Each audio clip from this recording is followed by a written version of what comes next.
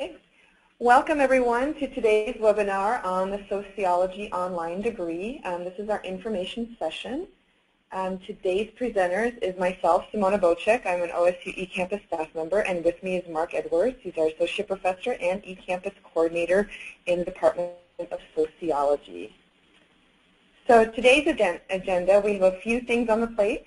So first thing we're going to talk about is Oregon State University as a whole, so you get to know a little bit more about the institutions. Then we're going to talk about eCampus, so kind of a little bit more about us.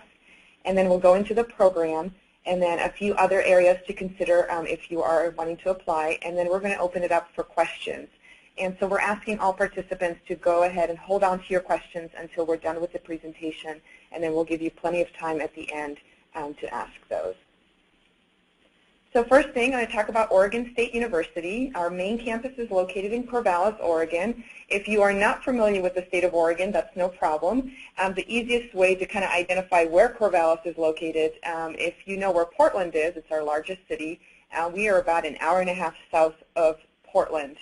We are also an old institution. We were founded in 1868, and we continue to be growing in enrollment. We are now more than 24,000 students. So Oregon State is really known for its research. We are a land, sea, space, and sun grant research institution, one of only two in the nation. And this really provides a unique opportunity for us. There's majority of our faculty are conducting research, and they are using that knowledge within their classes. And also, students oftentimes get to participate in research projects. And so it's a big benefit overall, the fact that we do conduct as much research as we do here at Oregon State. OSU is also regionally accredited by the Northwest Commission on Colleges and Universities, and is also a world leader in several topic areas. So a little bit about OSU eCampus. So OSU eCampus is essentially the online degree portion of Oregon State University. So essentially the same courses and degree programs that you would receive at Oregon State, we deliver those online to students all over the world. We continue to grow. We have more than 800 online courses in over 80 subjects. And also, one big question we get from our students is, does my diploma look different? And the answer is no. eCampus students receive the exact same diploma as Oregon State on-campus students. So essentially, you are receiving an Oregon State University diploma. And I want to talk a little bit about the curriculum and how we develop that. Here at eCampus, we have what's called a program development team. And so this is a team of experts that really understand the research behind online learning. And so when professors, when faculty come to us and want to prepare a course to be delivered online, this team sits down with them, goes through the content, and finds sort of the best way, the most quality way to deliver that content online to students. And so it's really the best of both worlds. So we have the content experts, which is our faculty members, and then we have our program development team who are experts in online learning. So a big question we get is, who are our eCampus students? Am I going to be in classes with 18-year-olds? What is it going to look like? So I put up some demographics about them. First of all, the average age of our eCampus student is a little bit older than what you would consider to be traditional college students. So we have 33 as our average, more women than men. And then we have students in 50 states and in over 30 countries. So we are a pretty diverse selection of students. And then I went up and put up kind of the main motivations for enrolling in online degree programs. So for many of our students, essentially they are trying to complete their degree, and they are working professionals or stay-at-home parents and physically can't come to campus. And so they've decided to complete their degree online. And then we also have a new segment of a student population, those that actually prefer to do their learning online. So that's a new demographic that we've seen in the last few years that are coming up. And then the very last one, just know many of our on-campus students also take online courses, and the big reason for that, it could be simply that they could not get into an on-campus course and decided to take it online instead. So know that you will be in courses often with on-campus students as well. So the next thing I wanted to talk about is our student services. So we know there's a lot more that goes into being a student than simply attending class. So we have provided student services to really help our students succeed. And so I went ahead and put up some of the key ones. There's more than this, but these are sort of the key ones that I want to highlight today. The first one is our Student Services Center, and this is sort of the end-all be-all as far as where you want to go if something goes wrong for you. If you just need some extra assistance, for example, you're having a tough time registering for a class, or you need help with ordering books, or if you need just a little bit extra help when you're inside your class, the Student Services Center is able to answer those questions and help you out. The next bullet down is our library services. So our eCampus students actually have a full-time librarian devoted to them. So if you need help with researching a project, you need some articles to be looked up, just need some guidance as far as library services, that person is available to you. And then next one down is online tutoring. So just, we know sometimes you get into a course, whether it be a science, math, chemistry, and you just need that extra help. We do provide online tutoring to our eCampus students. And the next bullet down is our career advising. This is a kind of a new service that we are providing. We now have a career counselor. So if you have questions about career paths, as far as when you get into your degree program, what options do you have, what courses should you take if you have a certain career interest, our career counselor is there to help you with that. And the next one down is academic advising. Just know all eCampus students, if you're a degree-seeking student, you do have an academic advisor assigned to you, and this person helps you select your courses, helps kind of guide you through the degree program, making sure that you are meeting requirements and that you are ready for graduation. And then the last bullet, which is probably the most important to you at this point since you are not an enrolled student yet, for our prospective, our future students, we have a pre-enrollment advising service. So if you're not sure if you are ready to apply, or if you have transfer credits and you're just not quite sure if those will be met here at OSU, or you just have questions about is this the right degree program for you, we do have a pre-enrollment advisor that is available to help you out with that.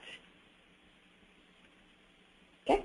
So that kind of covers the background on Oregon State University eCampus. So we're going to dive into the degree program. So I'm going to turn it over to Mark Edwards. Hi. I want to tell you now about my favorite academic subject and about what my students and my colleagues study. Students majoring in sociology have the opportunity to study a very wide variety of topics, ranging from anything from urban gangs to small-town survival and vitality in the face of a tsunami or an economic crisis. We study changes in families over time. We study why organizations sometimes fail, or why other times they do amazing things. My colleagues up and down the hall here at OSU study things like how patients help one another to advocate for themselves with doctors, or why some church denominations grow and others shrink, or how immigrants succeed at making progress here while still attending to issues back home.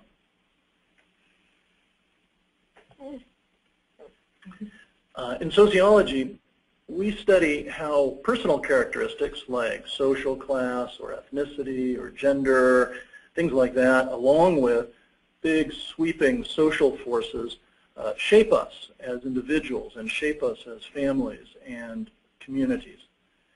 Here at OSU, we have about a dozen faculty on the third floor of Fairbanks Hall, and then other colleagues who teach from communities, most of the time within just a couple of hours of us here in Oregon. Our sociology faculty are part of the School of Public Policy, which is the programs of sociology, political science, and economics combined together. So as a school, we study how policies at the federal and state and local level impact people and families and communities. For example, one colleague down the hall from me studies how sentencing laws and voting laws impact people who have been in the criminal justice system. I study how federal food and nutrition policy impacts the rate of domestic hunger here in Oregon and in nearby states. We recently established the online sociology bachelor's degree because we know that higher education is going through big changes too. And we study big changes like this all the time, and so we wanted to be involved in making an OSU education available to more people than can come to campus.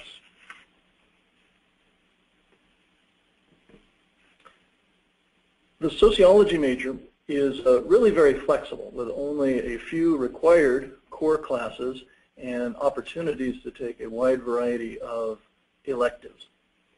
You see here in this list on the screen that one of the requirements in the baccalaureate core is that you take a writing intensive course within your major. Well, we've set it up so that one of your required research methods courses, Sociology 315, is also your writing intensive course. And you'll complete other electives that reflect the fact that you are, if a sociology major, you're also within the College of Liberal Arts. And other courses that will distinguish between your degree being a Bachelor of Arts versus a Bachelor of Science. And both of those are available with your sociology degree. In the sociology major, we offer a special option for those particularly interested in environmental and natural resource issues. If you take a collection of approved electives focusing on those topics, you'll then have visible on your final transcript an indication that you completed the environmental and natural resources option. You might think of this as sort of a minor within the major, and it reflects some of the particular strengths of our department. But most people take a general sociology program that draws from our wide variety of online offerings. Let me highlight just a couple of classes that have been very popular. Well, one that has been popular and one that I expect will be very popular. We have one course about death and dying that you would not normally think of as being a sociology course.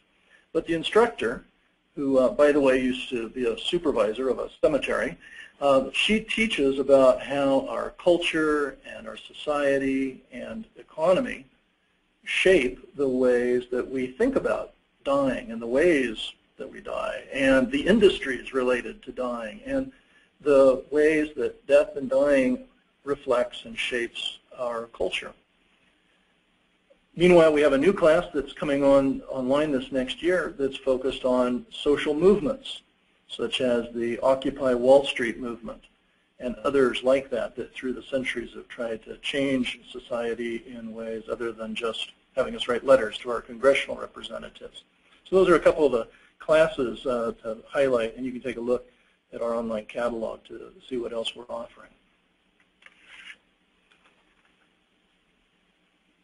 Now I want to tell you a little bit about my colleagues who will be teaching your courses in sociology. Most of our instructors have PhDs from really good schools, conducting research that's interesting and cutting edge, that's making an impact, or they might be, some of them are working outside of academia and teaching part-time.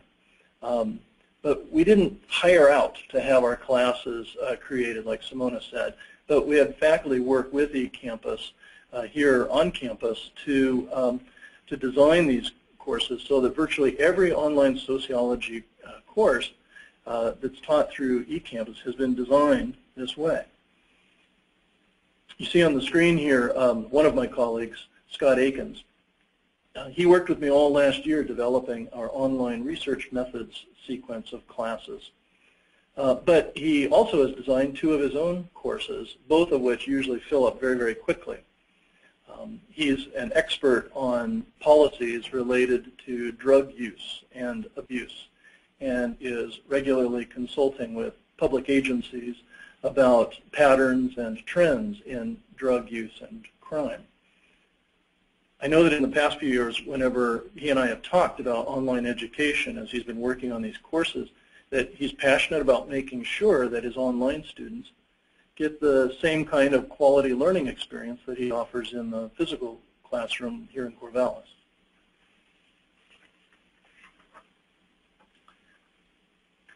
Finally, I want to tell you a little bit about what people end up doing when they finish their sociology degree. Now, like many general education degrees, there are not recruiters at graduation standing by saying, I'm looking for a sociologist. But it's also true they're not standing there looking for a mathematician or a linguist. Often we have to find our way into occupations and demonstrate the skills that we have, not merely by naming our major. Employers are looking for people who can handle complex logic, sophisticated data, and who have really thought about how organizations work. And that's what you learn as a sociology major. A student called me recently who had finished his sociology degree here, and he'd taken a job with a nonprofit organization who was working with suburban homeowners in Southern California who were living near federally owned forests. And he was working on how to assess these residents' knowledge about protecting their homes from forest fires, how to promote public safety programs in the area, and how to work with the Forest Service on fire response policies. Now, you wouldn't normally think of that as sociology, but we actually think that everything about it is sociology. Where people live, what they know, how they interact, and how big institutions impact them. So our students end up in a wide variety of occupations, which I like to say are the professional jobs that we all want done in our communities.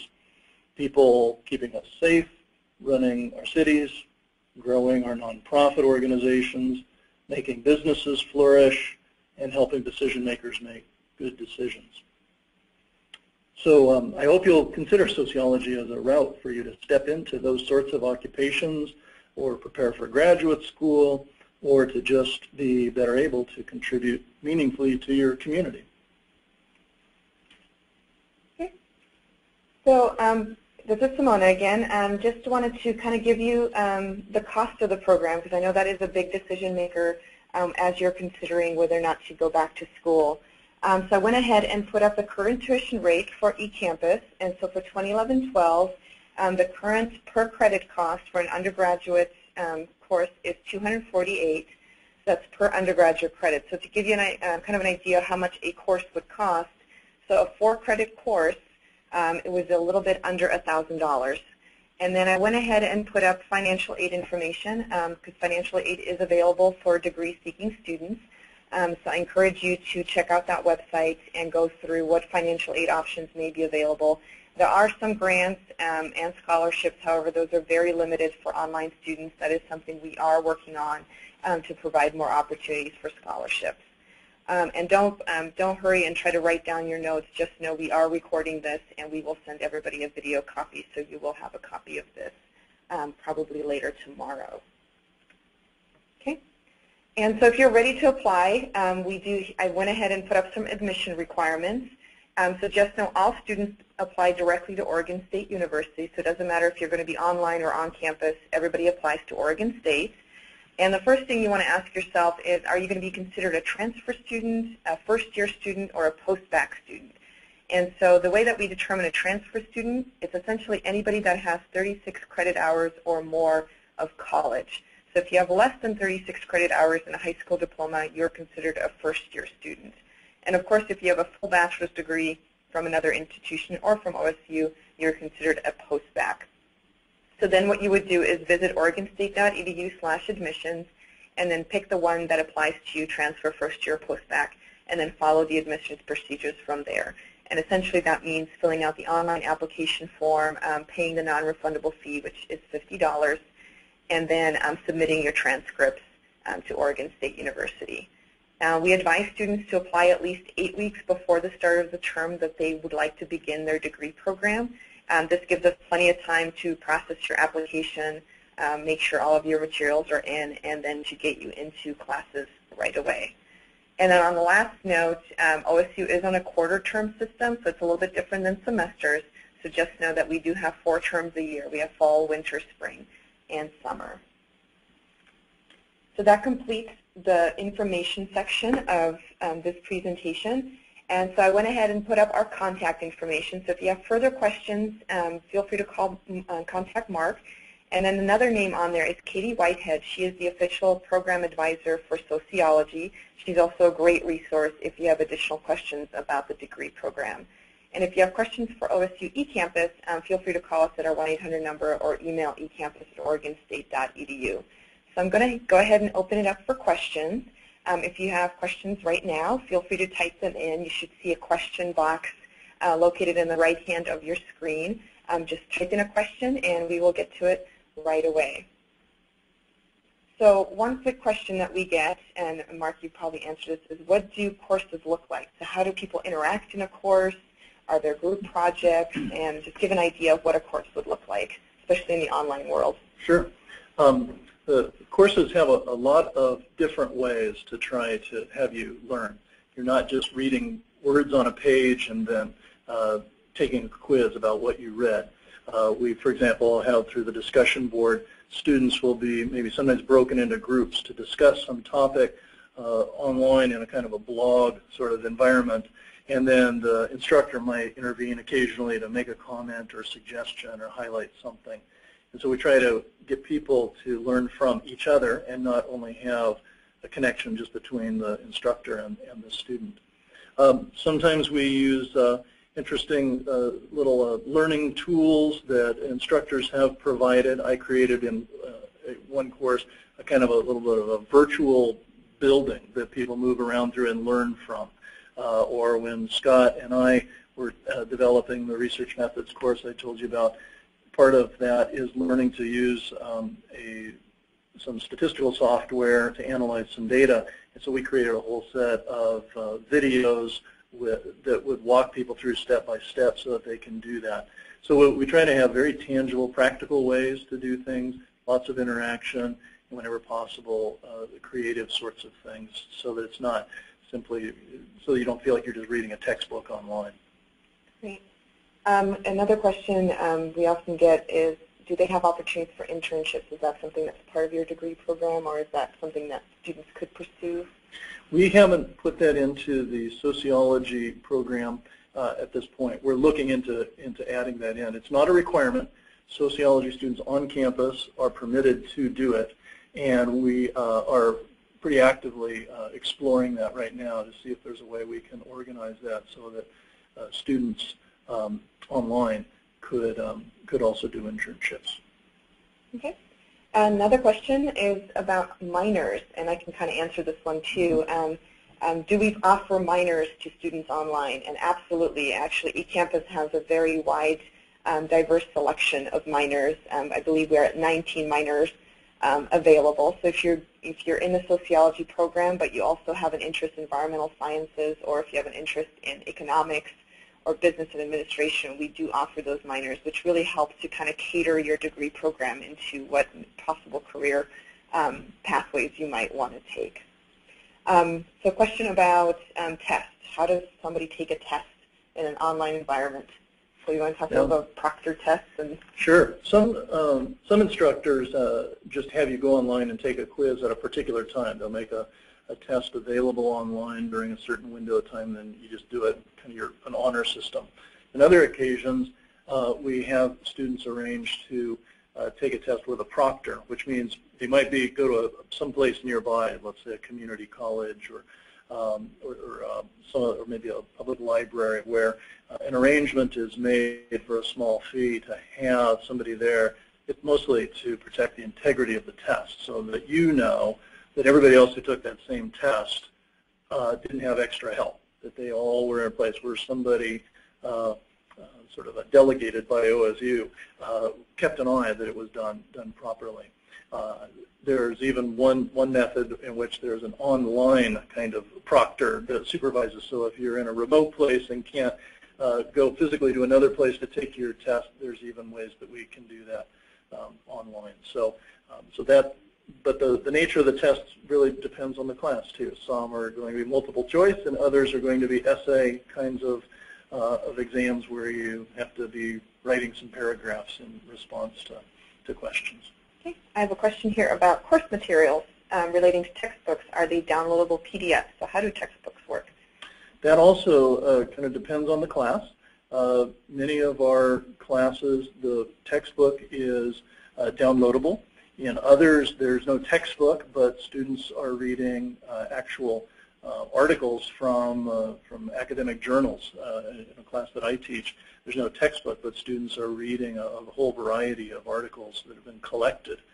In other circumstances where people need physically to get a hold of a textbook, eCampus is in close relationship with the bookstore, and that can be arranged for textbooks to be delivered.